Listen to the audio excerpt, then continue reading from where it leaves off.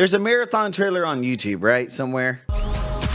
Before I get too much into this, I'm going to say this. Bungie is very good at hyping up things with trailers. So if I sound pessimistic, it's not because I don't think the game might be cool or things like that. It's just I know what Bungie does marketing-wise. They like to hype things up big time. And then kind of what we get is not as what we see in the trailers. So just real quick.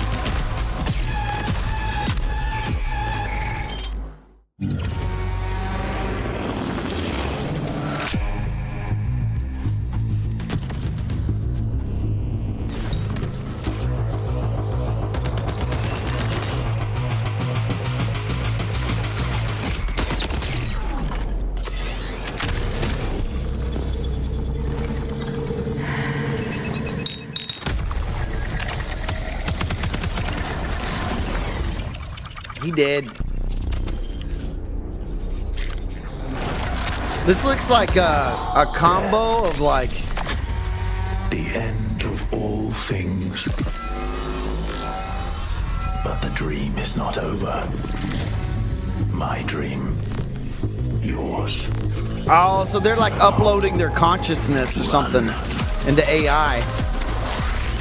I knew it was going to be AI focused with the way it was doing.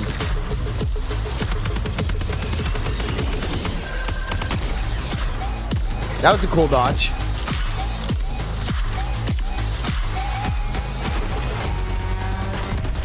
Abilities similar to like Destiny, it looks like. A heal.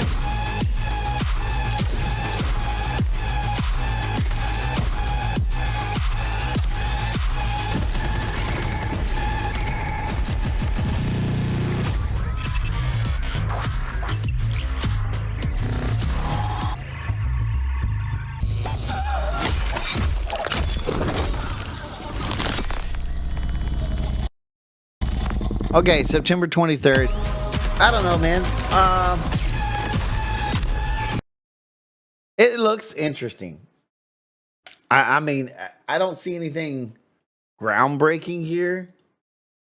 I mean, it looks like a cross between like a split gate, like Joel said, like a split gate, Apex, Destiny 2, like it looks kind of interesting, but like there's nothing that makes me want to be like, oh, I want to play this. And I can't get over the No Man's Sky vibes, dude, when I look at a lot of this. Like the animation. It looks like No Man's Sky. I know that sounds weird, but like it's like a mix of No Man's Sky and Apex. See, like that it's an interesting aesthetic. Like it looks very Apex and No Man's Sky to me. Because it's like smooth and clean on everything. So I don't know, it looks very No Man's Sky-y to me. I don't know how to say it. Yep, that's what I thought. Like you're basically like uploaded to like the cloud. Unique abilities and stats, capable of both tactical and fast-paced combat. Oh yeah, like Here Invis. you'll fight in a crew of up to 3 players across a variety of zones and points of interest. You'll face rival runners in zones of up to 18 players, countless security forces. Okay, so it sounds like PvE threats and PvP. to scavenge the remains of a lost colony for glory and fortune. The environments of Tau Ceti 4 are filled with weapons, materials. Okay, so the menus on this, when I'm looking at this, it reminds me a lot of Starfield. Thank you. I went blank. Starfield. It like I'm looking at these menus and the way it looks, and it looks a lot like Starfield. Yeah, it's like just looking at it, like the UI, it looks like that. And equipment you can scavenge throughout the map. Before deploying, you'll strategically build your loadout and select a runner to ensure you're equipped for the run ahead. Your objective is simple. Get in, gather as much loot as you So can. I assume that means there's going to be like classes. Die, and all your gear will be up for grabs. Survive, and your loot can be taken into future runs as you grow in power and fill your vault. See, like to me, like this is Tarkov. Like this is basically Tarkov. Like you go, you loot, you get stronger, you survive and don't lose your stuff, and then you take it into the next time and you get stronger, but you could lose some stuff. And then there's going to be mechanics or things you can buy to keep you from losing your guns or gear. Like I don't know if this particular style of game would be for me. Like I'm just not about that type of like, let's just go and look up all this stuff and get it and find all these cool things on the map, and then when we die we lose everything. That's not for me. This part of the game, like this mechanic stuff, I know there's a market for it, like as far as like Tarkov players and extraction players. Like Death is inevitable, but it's never the end. Think quickly on your feet and outplay your opponents, and in your next run, you and your teammates will be the ones coming out on top. And even if you're down on your luck, factions can sponsor you with a fresh loadout, so you can get right back into the fight. Bungie brings its best-in-class first-person multiplayer action to the forefront. Dynamic and tactile gunplay, runners with unique the gunplay looks like it'll be good. Customizable builds create highly dynamic and that like and the abilities and strategic things team like fights. that. Whether you're on a zero-to-hero run or high-rolling with powerful gear, you'll need to use your best judgment when you decide which fights to pick and how. Because no matter how geared you are, players with skill and strategy will always have the edge. Dang. Marathon is designed to be played in crews with contextual pings, shared objectives. Yeah, this down but not like out a to lot of the streamline mechanics playing look with your like friends. Bungie. Death is not the end. And if you're the last one standing, you can overcome the odds to revive your teammates and get out with your hard-earned loot. And if you believe your skills alone are enough to conquer any challenge, we give you the freedom to opt out of crew fill to take all the glory for yourself. Oh, as a dude, solo? runner.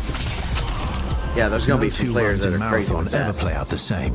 With dynamic events, variable weather, and unpredictable players, you'll have to adapt on the fly. I'll tell you who's if gonna want play to it, Brian. survive. People who play Each Destiny run 2. has a time limit, and anything can happen while you're chasing your objective. Looking to unlock upgrades or increase your faction reputation? Slip into the shadows as Void and ghost past your enemies. Search the map for rare materials and profit opportunities without being discovered. I think this Want to is push just like enemy 5 teams years and too steal late, their loot? honestly. Bring in Glitch with agility implants and your strongest weapons. Like to I think disrupt if rival this crews. was here 5 Running years ago, it support for might your have friends, had a little grab more. extra equipment, shield little more charges, steam. and a specialized backpack to be the lifeline they need. You're always free to experiment with team compositions, and the only limit to how you want to play your runner is your loot and imagination. Endgame challenges, ranked play, discovering secrets, seasonal storytelling, community events, and more all await you in Season 1, where you and your friends will start to unravel the mysteries of Tau Ceti 4. Remember, you're only ever one run away from your next big score. See, and I can't help but think about all the microtransactions they'll have in this game too, man. Like knowing Bungie, like maybe Sony will keep them under wraps with that, but like, I mean, I think this is 5 years too late, like honestly, and so I think people have moved past kind of the Tarkovs. Like there still be the players that play these types of games, like the Tarkovs and the extraction shooters, the PUBGs and things like that. So I think it'll probably do well. I don't know if it's going to be like taking over the scene, you know. But I really think the market for this is probably going to be a lot of people who are really big fans of Bungie, and they're just gonna play this because they're big fans of Bungie, you know. And they're like, I've been waiting for Marathon forever. I'm so hyped, and they're gonna go and play it, you know. But for me, man, it just doesn't look like, nothing about it makes me want to be like, yes, let's go play it right now. It looks awesome, you know.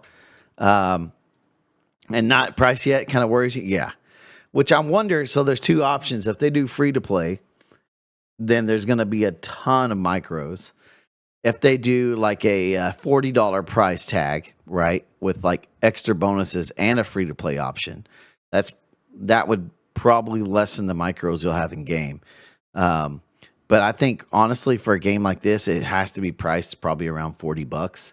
If it's any higher than that, it's probably going to struggle, and you know there's going to be micros in it. So it's not free to play. That's okay. Yeah. So in my opinion, it's got to be priced around $40, and then you can have like some cosmetic micros and things like that. And I'm sure there's going to be some gear save micros and things like that. Or if you die, you can buy certain things to make it to where you don't lose all your gear because you have a save point or some kind of port or prompt, or they'll digify it in some way, since it's kind of like AI and cloud-based type world, you know. But yeah, there's nothing about this that I feel like I'm super like, dude, I can't wait to play this. Like it looks kind of eh. I'm telling you, man, this game's gonna be full of micros. Because, like, that's the thing that killed a lot of Destiny 2 was how many micros there was. And there's too many layers in that game for me. And so I think there's a lot of players that have, over the years, played Destiny 2 that will jump into this game. So I think at first you'll see it, like, take off, and then it'll kind of flatline and kind of just kind of meh. Kind of just be a game in the background. Kind of like, for me, Tarkov is kind of just a game in the background. It's not really a game I really care about, not really a game I play. Sure, there's people that play it, you know, but not for me, you know. It's just, I don't see anything in here that's like super attention grabbing for me. Make sure to like and subscribe, or we will execute Order 66. Check out our other videos on the screen as well. Yes, my lord.